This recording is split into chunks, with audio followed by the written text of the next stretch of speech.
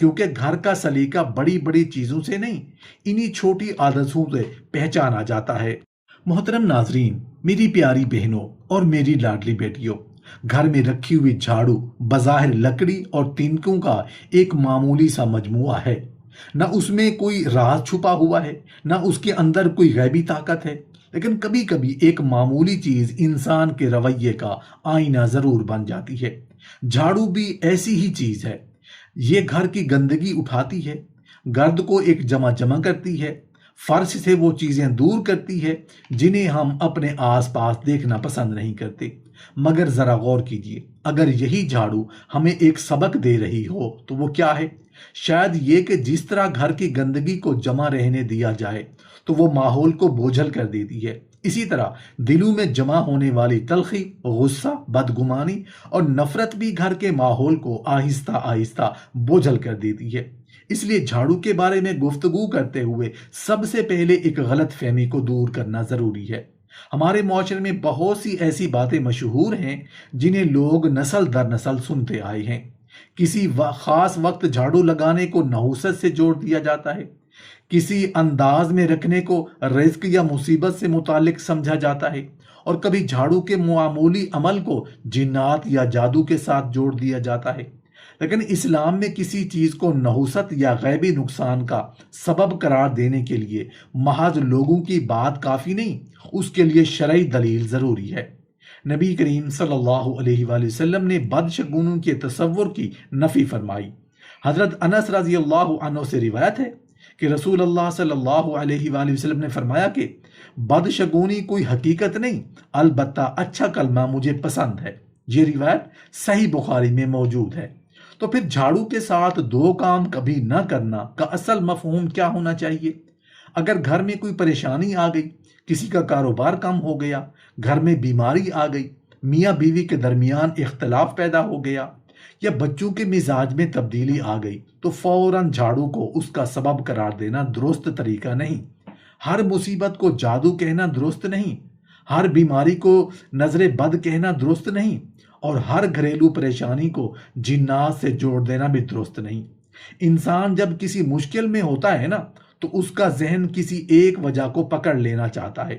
اسے ایک ایسی چیز چاہیے ہوتی ہے جس کی طرف انگلی اٹھا کر کہا جا سکے یہ وجہ ہے۔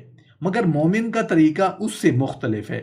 وہ اسباب کو بھی دیکھتا ہے، اپنی غلطیوں کو بھی دیکھتا ہے، اپنے تعلقات کا جائزہ بھی لیتا ہے، اپنی صحت اور ذہنی کیفیت کو بھی سمجھتا ہے، اور پھر اللہ تعالیٰ سے مدد مانگتا ہے۔ جھاڑو کو گھر کی صفائی کا ذریعہ رکھو، اسے خوف کی علامت نہ بناؤ۔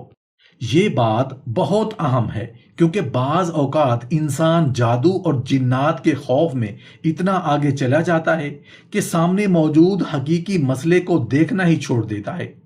گھر میں مسلسل جھگڑا ہو تو شاید مسئلہ کسی کے لہجے میں ہو، مالی پریشانی ہو تو شاید اخراجات اور آمدنی کا جائزہ لینے کی ضرورت ہو، طبی مسئلہ ہو تو ڈاکٹر سے رجوع کرنا چاہیے، ذہنی دباؤ ہو تو اس کے حقیقی اسباب کو سمجھنا چاہیے۔ اللہ پر توکل کا مطلب یہ نہیں کہ اسباب چھوڑ دیے جائیں، بلکہ توکل یہ ہے کہ اسباب اختیار کرتے ہوئے دل اللہ پر قائم رہے۔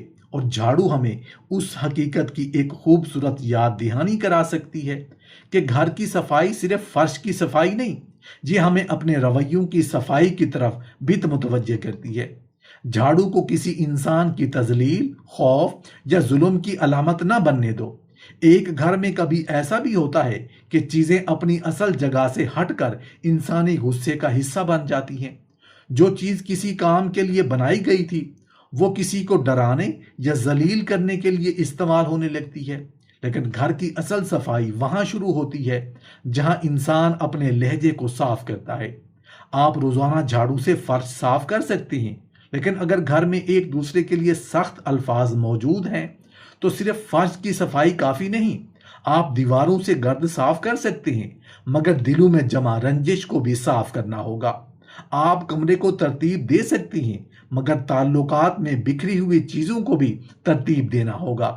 یہی وہ مقام ہے جہاں جھاڑو ایک گھریلو چیز سے بڑھ کر ایک سبق بن جاتی ہے۔ نبی کریم صلی اللہ علیہ وآلہ وسلم نے گھر کے اندر عبادت اور اللہ کے ذکر کی اہمیت بھی واضح فرمائی۔ آپ صلی اللہ علیہ وآلہ وسلم نے فرمایا اپنے گھروں کو قبرستان نہ بناؤ، یعنی گھر میں بھی نماز اور عبادت کا احترام کرو۔ غور کیجئے، ایک گھر کو زندہ کیا چیز رکھتی ہے؟ صرف مہنگا فرنیچر؟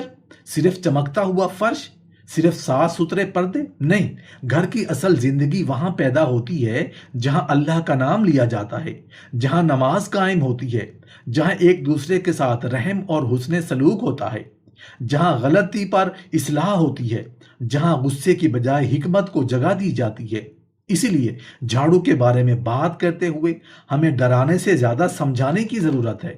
اگر کسی نے آپ سے کہا کہ فلاں وقت جھاڑو لگانے سے لازماً مصیبت آتی ہے، یا جھاڑو کی فلاں حالت سے جنات آتی ہیں، تو فوراً اسے دین نہ سمجھیں، پہلے دلیل پوچھیں۔ اسلام نے ہمیں یہ ہر چیز سے ڈرنے کی تعلیم نہیں دی۔ اسلام نے ہمیں اللہ سے جڑنے، صحیح بات جاننے اور بے بنیاد تہمات سے بچنے کی تعلیم دی ہے۔ ایک معتبر اسلامی ماخذ بھی اس طرح کی گھریلو تہمات کے بارے میں واضح کرتا ہے کہ ایسی باتوں کو شرعی حقیقت قرار دینے کے لیے دلیل ضروری ہے، محض عوامی روایت کافی نہیں۔ اور شاید آج جھاڑو ہمیں سب سے خوبصورت سبق یہی دے رہی ہے۔ جس طرح آپ روزانہ گھر سے گرد نکالتے ہیں، کبھی اپنے دل کی بھی صفائی کیا کریں۔ کسی سے ناراضگی ہے تو بات کر لیجئے، کسی سے غلطی ہوئی ہے تو معافی مانگ لیجئے، کسی کے دل کو تکلیف دی ہے تو اسے مرہم دیجئے۔ گھر میں کسی کی آواز سے بچہ ڈرتا ہے تو اپنا لہجہ بدل دیجئے۔ اگر گھر میں مسلسل بے سکونی ہے تو صرف کسی پر اصرار وجہ کی تلاش نہ کیجیے، کبھی اپنے الفاظ، اپنے رویے، اپنے معاملات اور اپنی ترجیحات کو بھی دیکھیے، کیونکہ بعض اوقات گھر میں جس چیز کو سب سے پہلے صاف کرنے کی ضرورت ہوتی ہے وہ فرش نہیں ہوتا۔ جھاڑو کو عزت دینے کا مطلب یہ نہیں کہ اسے کوئی غیبی طاقت دی جا رہی ہے، اس کا مطلب صرف یہ ہے کہ جو چیز صفائی کے لیے ہے اسے صفائی ہی کے مقصد کے لیے استعمال کیا جائے، اسے توہم کا ذریعہ نہ بنایا جائے، اس کے ذریعے کسی انسان کی عزت مجروح نہ کیجیے۔